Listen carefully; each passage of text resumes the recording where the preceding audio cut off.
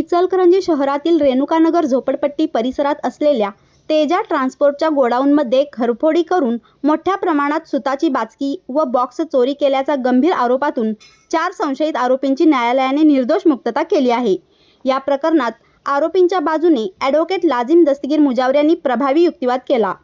या प्रकरणी फिर्यादीने दिलेल्या तक्रारीनुसार अज्ञात चोरट्यांनी गोडाऊनचा मुख्य दरवाजा व गेटचे कुलूप तोडून आत प्रवेश केला होता।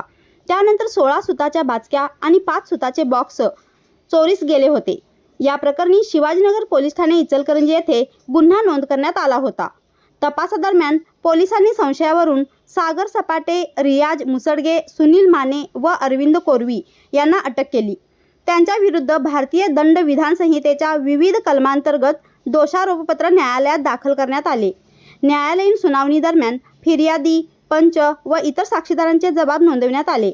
मात्र साक्षींमध्ये मोठ्या प्रमाणात विसंगती आढळून आली।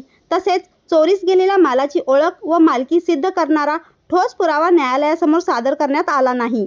या पार्श्वभूमीवर आरोपींच्या वतीने ॲडव्होकेट लाजिम दस्तगीर मुजावर यांनी युक्तिवाद करत आरोप सिद्ध होण्यासाठी आवश्यक पुराव्यांचा अभाव असल्याचे न्यायालयाच्या निदर्शनास आणून दिले।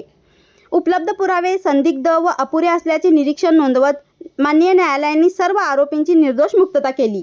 या प्रकरणात advocate Uma Mandal, advocate Neeta Kamble, advocate Ajay Mandhare, advocate Akhil Mujawar, Jaywant Ghorpade, Alfiya Jamadar व काझिम जुमानी यांनी सहकार्य केले। MS-51 न्यूज करिता मुबारक शेख।